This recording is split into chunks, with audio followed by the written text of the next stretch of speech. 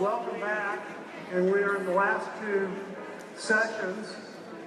I hope everybody got their lunch that was going to eat, that you got to the breakout sessions. It's all gone pretty fast, and we're back to the last two sessions, and we have two great sessions on and to end this conference.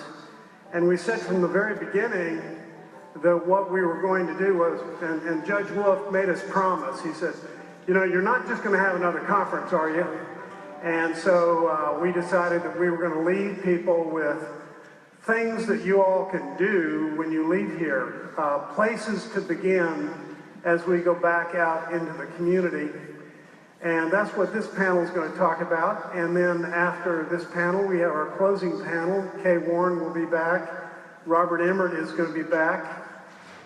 We have Sheriff Susan Parmelo and Leon Evans from the Center for Healthcare Services and Isaac Maldonado. So we're going to have kind of a cross-section of people in our community, and we're going to reflect on what we've heard and talk about how we leave here and change the dialogue.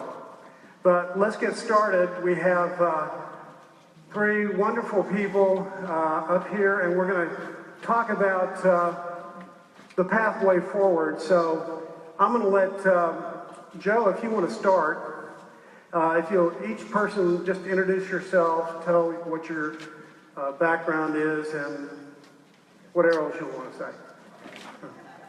All right, my name is Joe Padilla. I'm the CEO and co-founder of Mental Health Grace Alliance, which is a recovery support organization for individuals, families, and churches that are dealing with mental illness. So we provide mental health coaching, a curriculum for that with a coach or a self-directed workbook. Then we have support groups. The groups are all over America and all over the world now. And then we have training that we provide for the church leaders and lay leaders, and even for congregants that are interested. So we actually are based out of Waco, Texas. We have an office in Los Angeles. And so we've kind of have a national and international reach. Hi, my name is Angela Adal, and I work with the H.U. Butt Family Foundation, which is a small operating foundation here in Texas that is distinct from the grocery company and the good work that they do in the community. And we work to provide people with opportunities to be whole, healthy, integrated individuals. So we work with for healthy children and families, and we try to offer opportunities for Christian formation across all seasons of life, and we work in the arts. So this conversation that has been happening this weekend was really important for us to be part of, as mental health is a huge part of healthy children and families. So we're excited to be in this conversation about what's next in the community to help families get the support that they need and the care that they need in the community. Hi, good afternoon. My name is Lisa Jensen. I'm a licensed clinical social worker, and I'm the executive director with NAMI San Antonio. NAMI stands for the National Alliance on Mental Illness. NAMI is a supplement to treatment providers, and what we do is we empower individuals by providing free mental health education. Many of you may be familiar with the concept of going to a diabetic nurse educator who spends a lot of time educating you about the disease. NAMI believes that education is empowering, and so we offer a series of classes and support groups. And so our goal is to make sure that we advocate, provide education, and support those in our community. Thank you. Joe, we were talking earlier today about what's going on in other cities and kind of where you're involved, but what you see, and kind of comparing it to what we're doing in San Antonio, but just different approaches. You want to visit about that? Yeah, what we want to do is we want to build different models of support within churches that have influence in the city, and not only just as far as the church, but looking at the collaborative effort that can happen. So, for example, some of the things that we're doing in Waco is kind of our focus is that we're not trying to build up, we're trying to build out.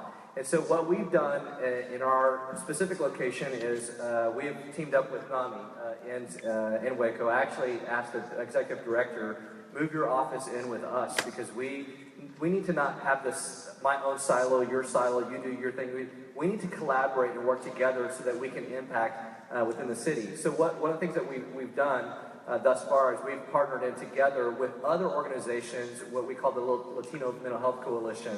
So we put on a workshop just for the pastors within the community.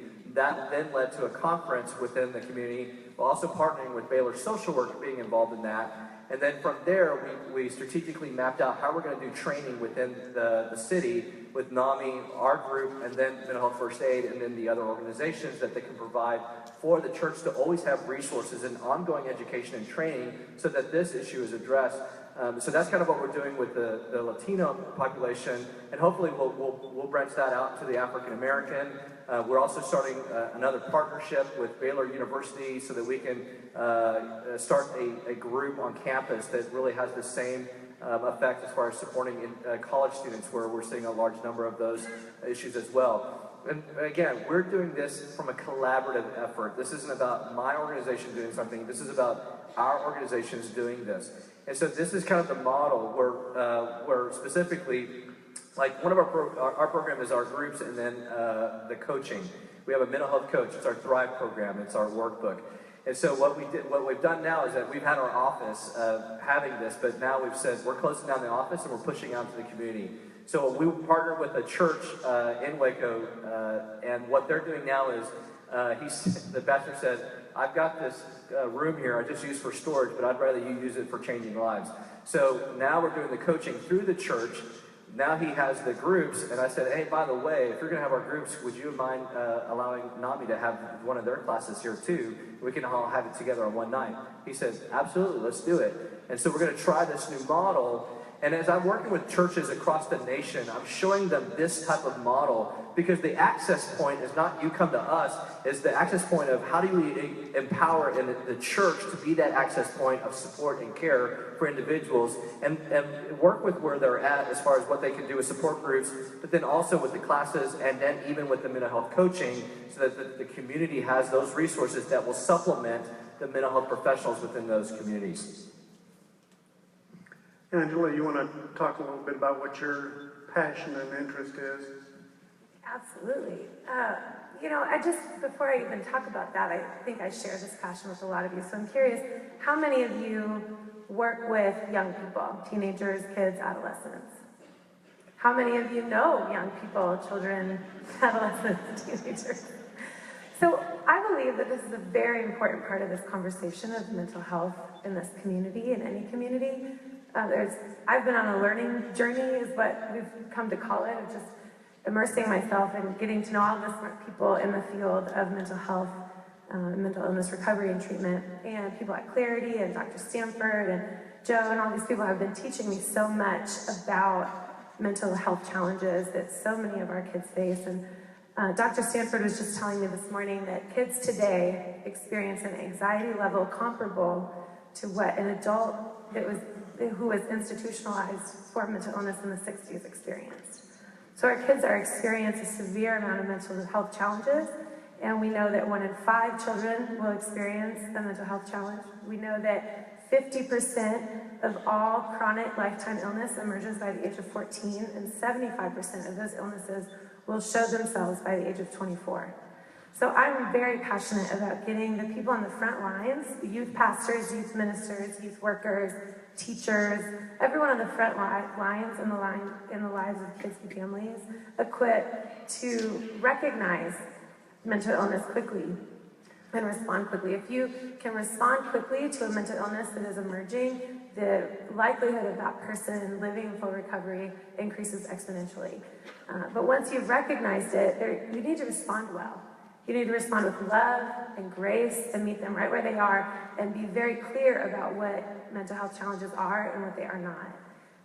Past that, you have to, as a youth worker, as a youth pastor director, be able to make a referral through a relationship. You have to know somebody that you can take that child, that teenager, that family. You have to know somebody you can refer them to and be in relationship with that person. And then you have to know your role, because you have a very important role, but it is part of a bigger picture of health. And we're really looking forward in this year to equipping as many youth pastors and youth workers and partnering with organizations in this community to connect them to the services that their people need, and to be really smart and really wise about the role that they have in loving our kids.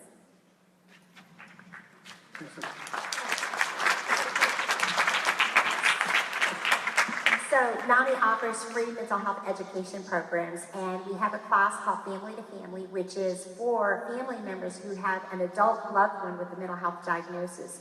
That's a free 12-week class, and we partner with many churches and businesses across the city. Our adult family to family class we've been able to take into other locations at schools and organizations, and it's an opportunity for the caregivers to learn how to care for themselves as well as coping and communication skills with their loved one. We also have a peer-to-peer class. That is a free 10-week class for people who have a diagnosis, a lived experience. And they learn coping and problem-solving skills. We partnered with the VA and with Haven for Hope, and we're working to partner with more organizations.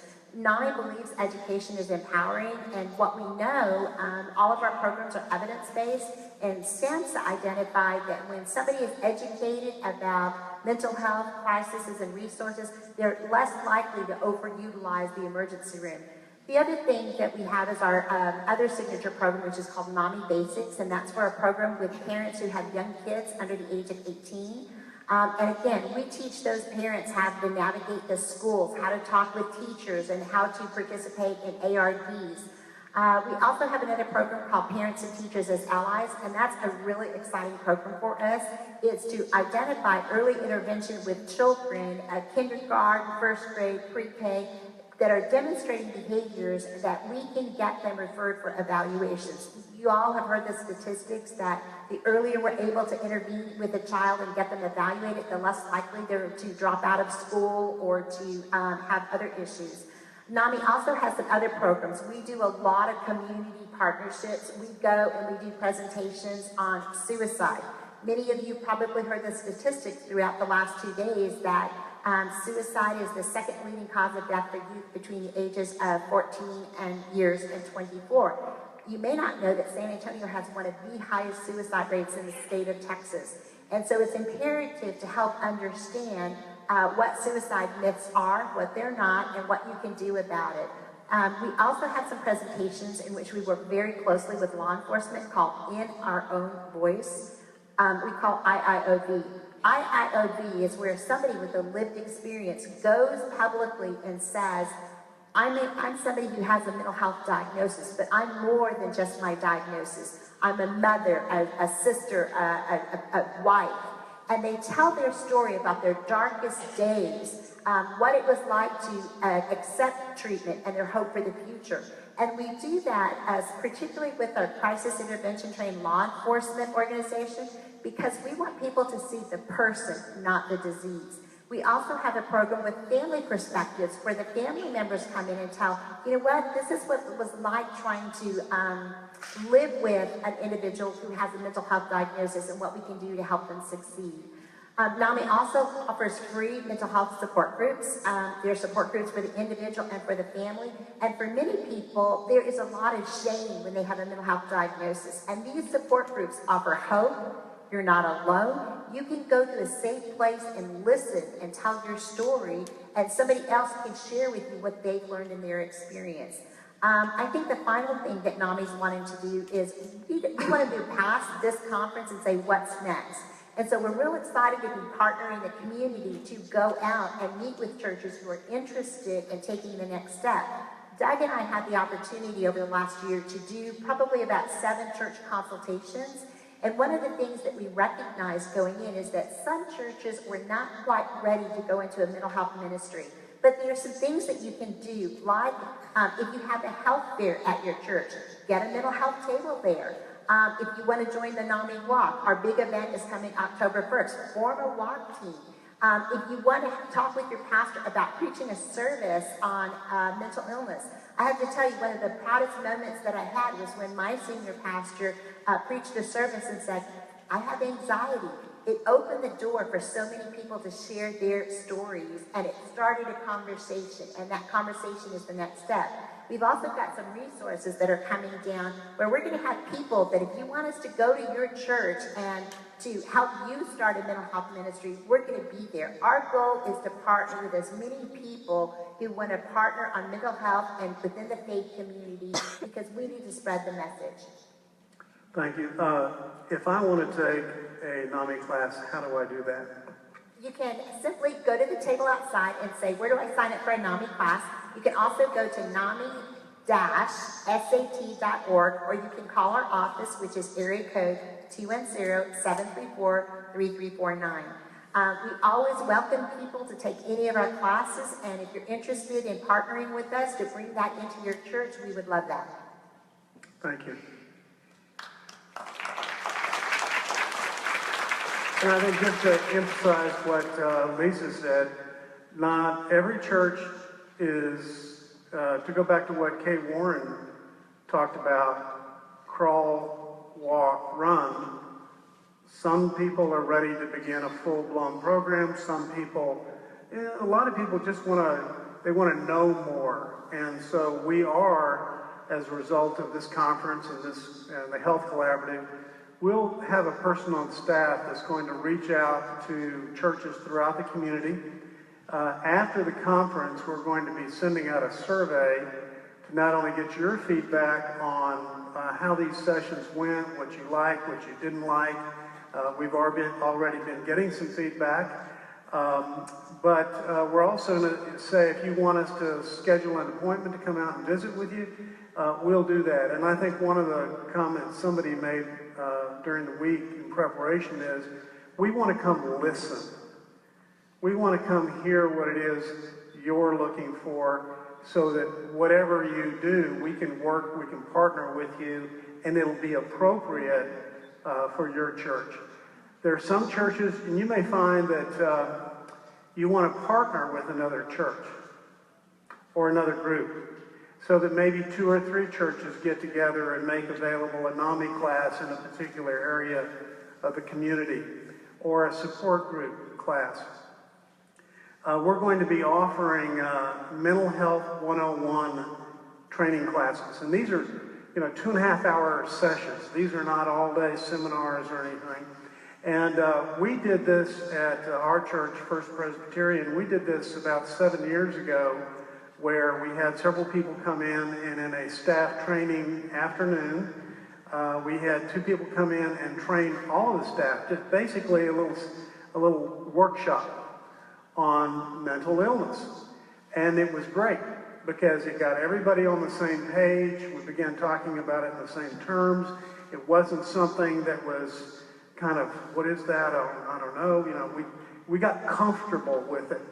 And one of the other interesting things after that session was that we held our first family-to-family class at our church, and 3 of the people in our first class were from our church staff, who had a family member who had a mental health diagnosis.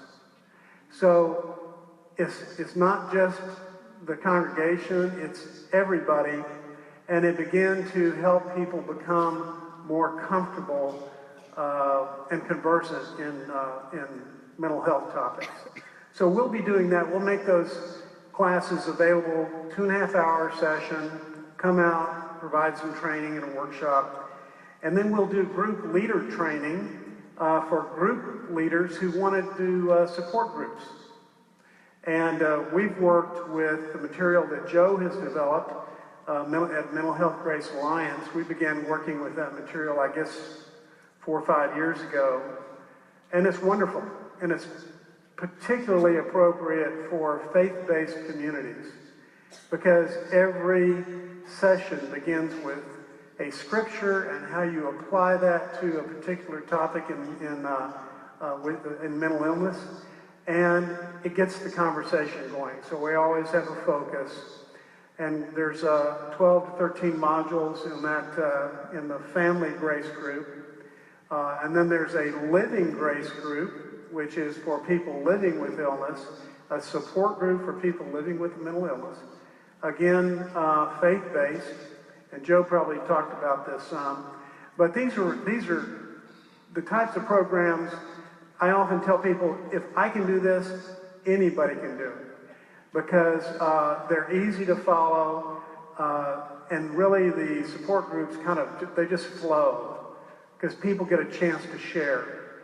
And I know our groups we end our support groups, and you just feel like it's one of the most refreshing experiences you've been through, because people have shared, they've shared their faith, they've shared what's going on in their family's life, they've reflected on Scripture. It just gives you a deeper understanding of yourself, your faith, and what you're dealing with in your family. So we'll be providing training for that, and Lisa will be signing people up for different NAMI classes. And if a church wants to, if you want to start hosting a NAMI class, NAMI supplies the instructors. There is no cost to this. As Kay said earlier today, this is, you know, one of the questions when I go out to visit a lot of churches, one of the first questions I get from pastors is, how much does it cost? You know, what's the line item? Where do I put this in the budget? And we tell them, there's no cost. And most of the time they say, oh, well, okay, let's talk about this. But it's not, it's intended to be an easy yes. And then just by merely putting it in a worship bulletin or posting it on a bulletin board and making a few announcements about it, you begin to get people to come into those classes. I think one of the things we noticed immediately was if we had a class of, let's say, 20 people, probably at least 80% of the people that came to our class were not from our church. They were from all over the community. And NAMI will put your class on a listing on the website. So what we found was this was a great outreach opportunity. People would come to our classes who, before that, they didn't know where to go. They found the class, and the typical response was, thank you for inviting us into your church. And most of the families that come to our NAMI family classes are in crisis. Their life is in a ditch, literally. The problems are huge in many cases. So they have an opportunity to come to the class in a place where they don't always go to church, because a lot of people don't want to come to a class at their church. That's the stigma. So they'll come to a class at our church, take the class, and by the time, at the end of the 12 weeks, what we most often hear is, I feel a lot better. I feel like I can go back home, I can manage my family situation, I know a lot more about how to help my own family member, and then they help talk to other people about taking these family classes. That's a little bit of the dynamic of what goes on when you host this type of class. So all of this is, more than anything, the process is one of extending an invitation.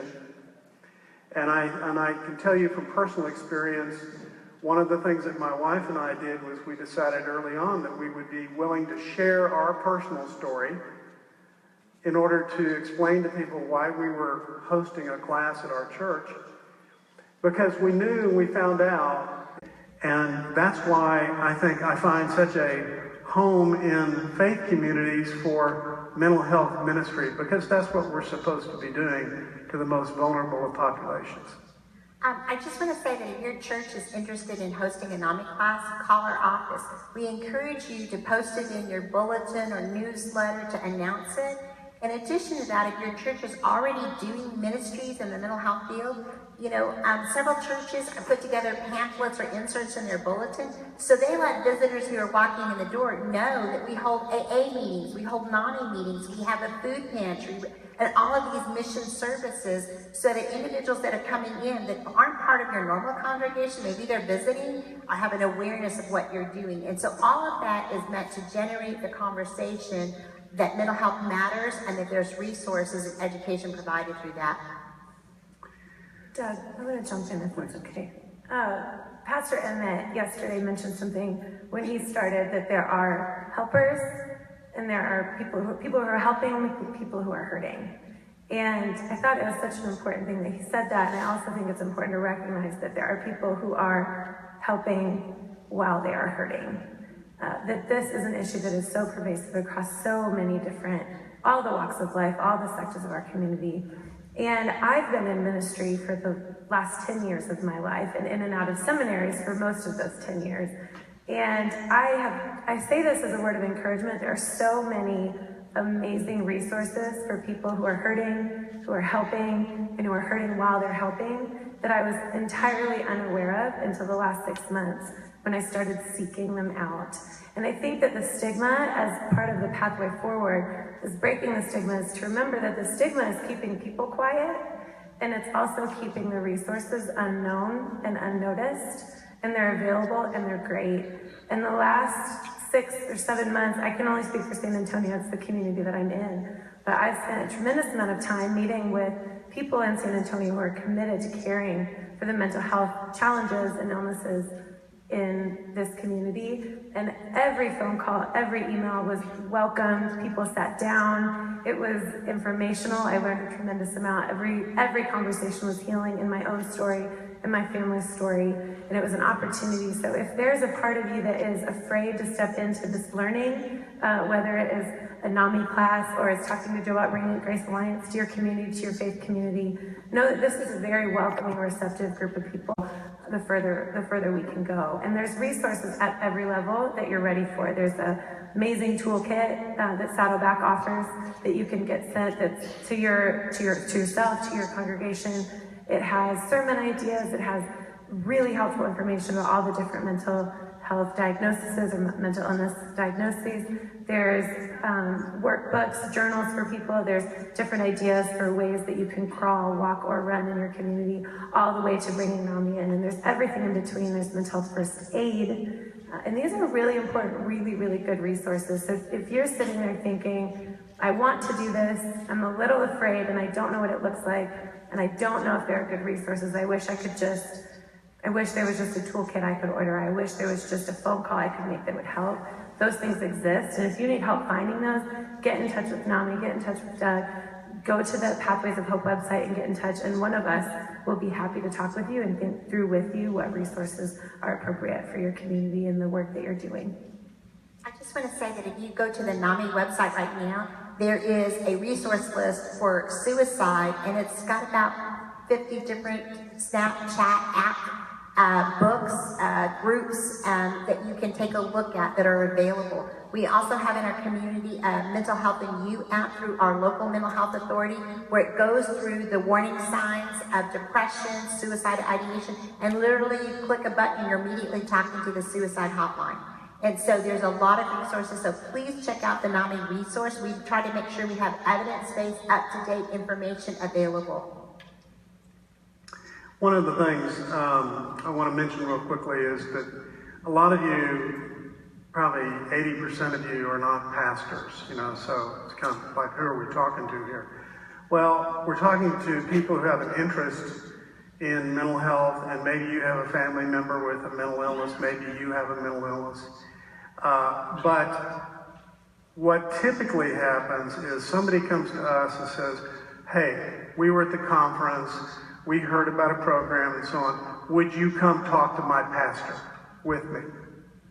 And so I do that quite frequently. Lisa's done that. And we just go out and we sit down and we just talk about what the programs are. So we're going to invite anybody who wants us to do that. When I looked over the registration for the conference, we probably had at least 350 different churches in our community who have been represented here at the conference. That's amazing. That's really unbelievable. The other thing I noticed was that churches where oftentimes it's somebody who goes to church who says, I want to learn more, so they come to the conference. But churches who have people here, who have a lot of people here, are most often the churches where the pastor has also been willing to preach from the pulpit, like Robert Emmett, and being willing to be, as he said, transparent about his own illness.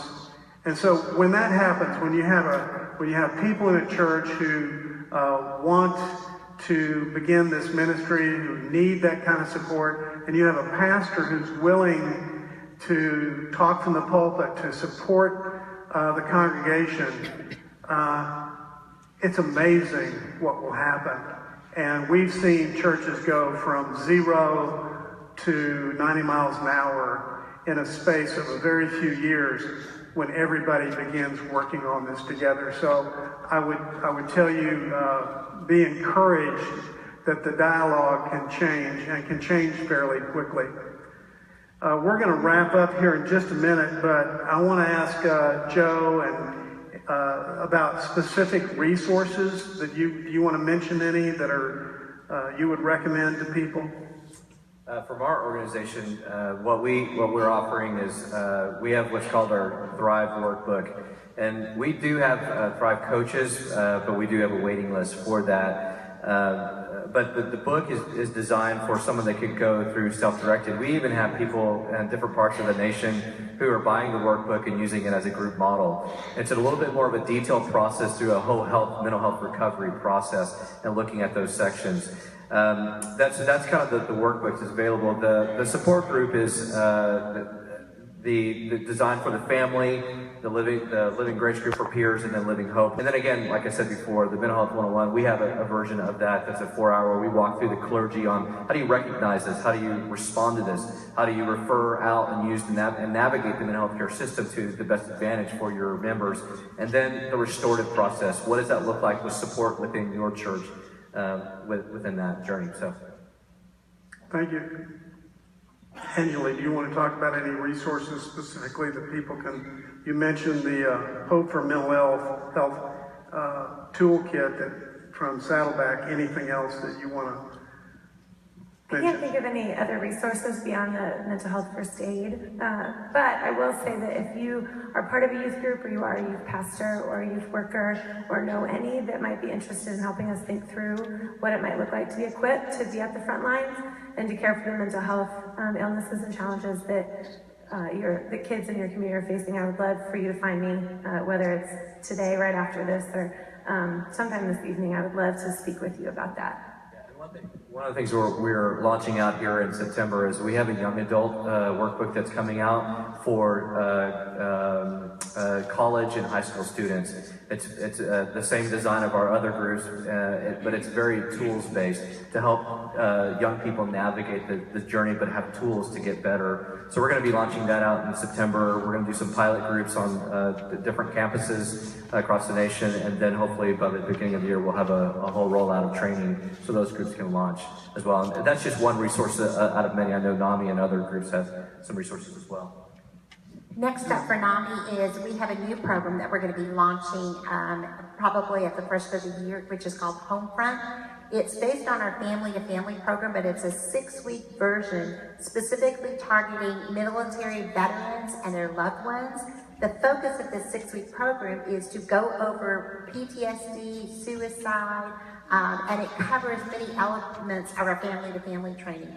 We're Military City, USA, and so it's imperative that we begin having the communication with the VA and with other, like the Stephen Cohen Family Endeavors Clinic, which you don't know about that. If you're a military spouse, dependent, or retired military, Stephen Cohen gave a grant to Family Endeavors to provide family counseling. It's absolutely free. So you can see me afterwards if you're interested in that. And so our hope is that we can begin to have the dialogue to take a look at suicide in the military. You know, we know that 22 soldiers commit suicide every day. And so we've got to do what we can do to make sure that we've got the resources available for them. And two of the resources that we have had here at the conference, and I keep thinking about, you know, as to what one of these Kay was talking about, where do we help? How can we help? And another part of that answer is Mark Stolce and the San Antonio Clubhouse.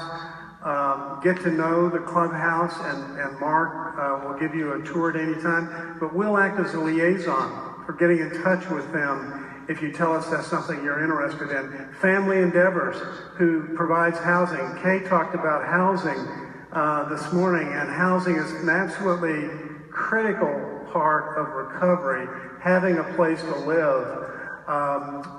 Recovery is a lot easier when you don't have to worry about where you're going to sleep tonight.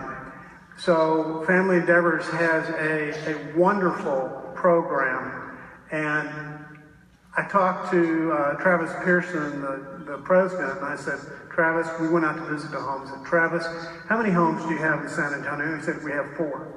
They have apartment complexes and they're working on veterans, but they only have 4 group homes. And I said, 4? I mean, that's not very many.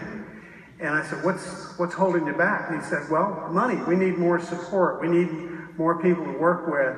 So I want to extend an invitation to churches that are here to think about, for example, buying a home and working with Family Endeavors to run that home and provide a home for 5 to 6 people. And Travis was telling me it cost about $40,000 a year to run the home. And when you compare that on a per person, per day basis, it's probably the cheapest thing we have in our community, and it's an incredible experience for the people that live there. So there are lots of good things that can come out of being here today, and we're going to be available to try to help you find those opportunities to be a part of the solution and change the dialogue on mental illness in our community. And I want to thank each of our panelists as we wind up here. Thank you all.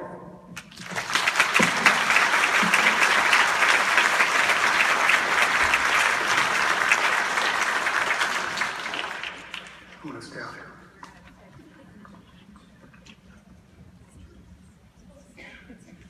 We're going to set up for the next panel here. Take just a minute. Okay, Carol, do you have any jokes or anything?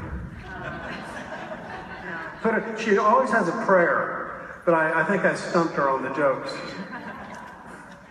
The next panel we're going to have that we'll bring out is the last panel for this conference. And I'll let them introduce themselves. But just real quickly, Kay Warren will be back out. Robert Emmert will be back out here from Community Bible Church. Pastor Isaac Maldonado, Sheriff Susan Carmelo, Leon Evans, and then Carol and I will be moderating this panel. So you can stretch for just a minute and we'll get started in about 1 minute.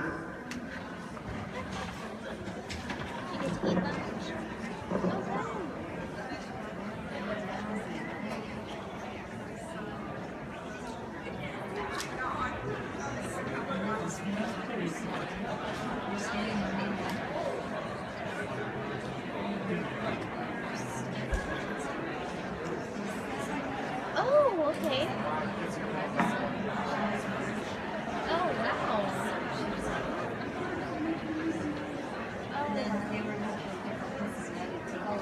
Oh, okay.